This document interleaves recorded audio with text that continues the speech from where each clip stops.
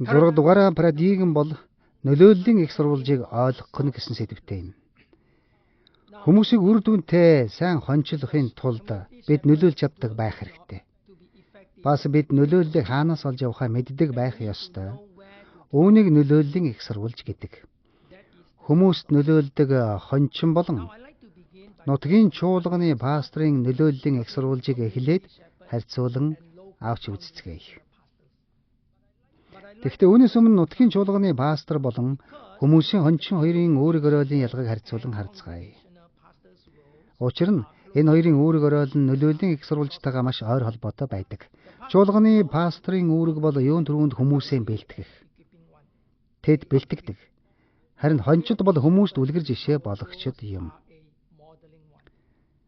Тэгэхээр юу болдог вэ гэхээр амралтын өдөр хүмүүс чуулган дээр ирээд хаанчлалын үнний талаар сурч мэддэг. Тэрхүү хаанчлалын үнэн нь хаанчлалын үнэт зүйлсийг агуулж байдаг. Бид хаанчлалын үннийг олж мэдснээр хаанчлалын үнэт зүйлсийг өөрсөддөө тусхан авч улмаар тэдгээрийг өдөр тутмын амьдралдаа хэрэгжүүлдэг. Ийхүү бид байгаа газараа үлгэр жишээ байх үүргээ ухамсарлан амьдардаг. Чуулганы пастор бусдыг сурган бэлтгэхийн тулд тэдэнд тослогдож, томилогдсон, хүлээн зөвшөөрөгдсөн эрх мэдэл шаардлагатай. Нутгийн чуулганд үг хуваалцаач хэмээн намайг олонтоо урьдаг. Би бүх пасторуудыг бичлэн танихгүй боловч пастор, ахлагч гэсэн энгэрийн тэмдэг зүүсэн хүнтэй таарвал тэднийг хүндэлж тэр хүнийг пастор хэмээн дууддаг. Би тухайн хүнийг сайн танихгүйч. Тодорхой үйл явц системийн дагуу шаардлагатай аян замыг туулж удирдлагынхаа баталсан стандартын дагуу пастор болон томилогдсон гэдэгт нь итгэдэг. Харин та бидний хувьд ажлын өдрүүдэд хамт олонтойгоо хөл нийлүүлэн амьдрах шаардлагатай болдог. Бид хэрхэн өөрсдөө томилж тослох вэ? Би шууд пастор дээр нь очиод "Пастор, та намайг тосолж томилж өгөөч" гэж хэлээд өөрийгөө Гэгентэн Кенчуа гэж нэрлэх боломжгүй. Тэгээд би офис дээр очиод хүмүүсийн урд гараад "Би бол Гэгентэн Кенчуа байна. Хондоо намайг сонсцгоо" гэж би хэлж болохгүй. Тэгэхээр бид хаанаас эрх мэдлийг олж авдаг юм бэ? Эрх мэдлийг олж автлаа бид хүмүүст нөлөөлж чадахгүй. Хүмүүсийг хонжлохын тулд бидний эрх мэдэл зөвхөн ёс суртахууны эрх мэдлээс ирэх боломжтой юм. Ёс суртахууны эрх мэдэл гэж юу вэ? Энэ нь ямар нэгэн албан тушаалтнаас эсвэл хэн нэгний тодорхойлолтын дагуу олгогддог зүйл биш. Харин бидний дотоод зан чанараас гардаг зүйл. Ёс суртахууны эрх мэдэл гэдэг нь хүмүүс таны амьдралыг хараад, таны яриаг сонсоод, таны үйл хөдлөл, бие авч явааг хараад өөрсөддөө хэрэгтэй ямар нэг зүйлийг танаас олж харахыг хэлж байгаамаа. Тэдний асуудал бэрхшээлийн хариулт болж чадхаар ямар нэгэн зүйл танд байна гэсэн үг. Түгээрс барахгүй бусад хүмүүс таныг тэдэнтэй ярилцаж, тэдэнд цаг гаргахтаа дуртай байна гэдгийг ажиглаж мэддэг. Тэд өөрсөддөө санаа тавихаас илүүгээр та тэдэнд санаа тавьдаг. Үүнийг ёс суртахууны эрх мэдэл гэдэг. Ажлын өдрүүдэд хамт байдаг хүрээлэл дотроо бид тослогдож томилогдсон эрх мэдлгүй хэдий ч ёс суртахууны эрх мэдлийг хөгжүүлэх боломжтой юм. Жон Максвелл удирдагчийн сургалтын дээрээ удирдагч хүн болгонд хоёр таних тэмдэг байдаг талаар хэлсэн байдаг. Нэг нь бусдад харагддаг бөгөөд томилсон тэмдэг, харин нөгөөх нь харагддаггүй ёс суртахууны эрх мэдэл юм. Харагддаг тэмдэг буюу томилгоог аливаа байгууллага албан газрын хүрээнд хийдэг бөгөөд тухайн хүрээндээ л хүчинтэй.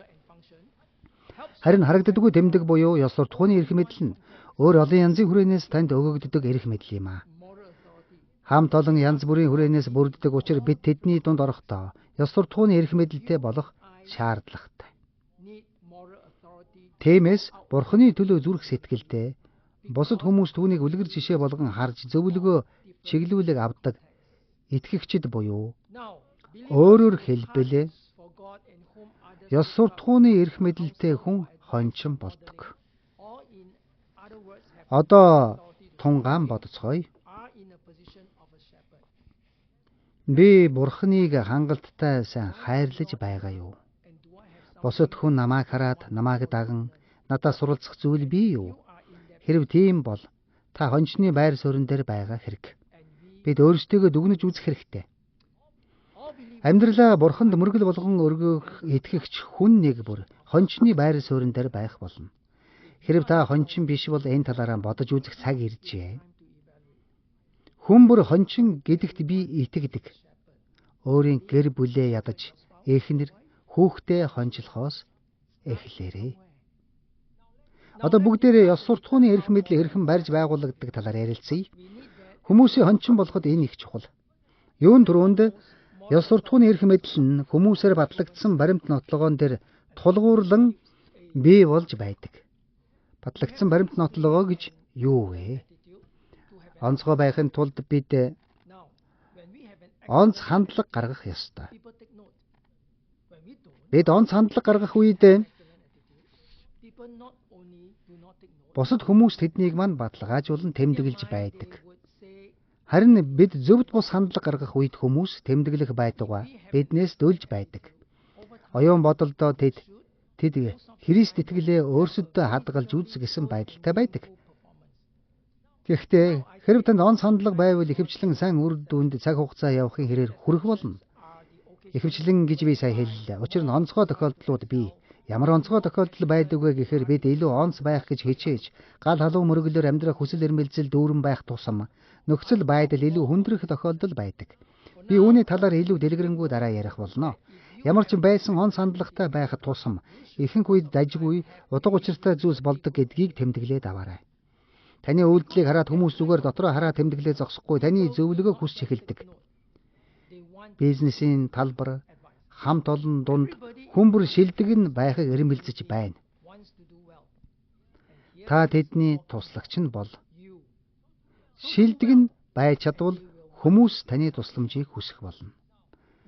Хэрэг бидний сайн үлс бүх ажилтан хамтран зүтгэгч албан тушаалтнуудад анзаарагдах үс амьдралаар бид амьдрал энэ нь бидний хичнээн тууштай хүн болохыг харуулж байгаа хэрэг. Бидний сайн үлс нөхцөл байдлаас эсвэл эргэн тойрны хүмүүсээс үл шалтгаалсан байх ёстой. Бид чин сэтгэлээсээ сайн үлс хийвэл хүмүүс биднэрүү татагддаг. Дараагийнх нь та бол үнэн хүн юм. Энэ нь юу гэсэн үг вэ гэхээр таны ажил үйлс таны дотроос гардаг болохоос ямар нэг гүйцэтгэл биш юм. Энэ нь таны дотроос цаанаасаа урсан гардаг зүйл болохоос гүйцэтгэдэг үйлдэл биш юм. Одоо би үүнийг илүү сайн тайлбарламаар байна. Учир нь гэрэл давс гэдэг утга учир үүнд ойршиж байдаг. Үнэн хүн болон гүйцэтгэл хийж байгаа хүн хоёрыг харьцуулж үзмээр байна. Гүйцэтгэл хийж байгаа хүн гэж юу гэсэн үг вэ? Үүнийг сайн сонсоорой. Гүйцэтгэл хийж байгаа хүн гэж өдөр тутмын амьдралаас нь Христ харагддаггүй хүнийг хэлнэ. Христ тэр хүний амьдралын хөдөлгөгч хүч нь биш байдаг. Үнэн хэрэгтээ тухайн хүний амьдралаас Христийн халамж харагдахгүй бөгөөд бусадтай цаг өнгөрөөхдөө Христийг хойш тавьдаг. Харин зөвхөн гүйцэтгэл хэрэгтээ Евангелийн үйл ажиллагааны үеэр л Христийг дагдаг. Одоо харин үнэн хүний талаар хуваалцъя. Үнэн хүн гэж Христийг түүний хийж байгаа зүйл бүрээс харагдахыг хэлж байгаа юм. Түүний үг яриа, онц хандлага, түүний ажил, мотивац зэрэг бүх зүйл нь Христ Иесус рүү чиглэж байдаг. Бүх талбарт амьдралын бүх үед Христ маш тодорхой харагддаг.